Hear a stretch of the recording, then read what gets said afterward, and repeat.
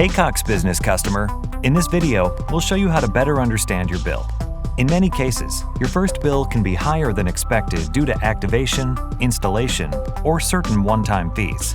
However, the remaining bills should just include recurring charges. We've made it easy to understand each part of your bill. From the summary of charges to the breakdown of taxes and fees to the one-time charges, credits, and setup fees, we've organized everything simply and efficiently. All recurring charges are billed 1 month in advance and generated within 24 hours of installation.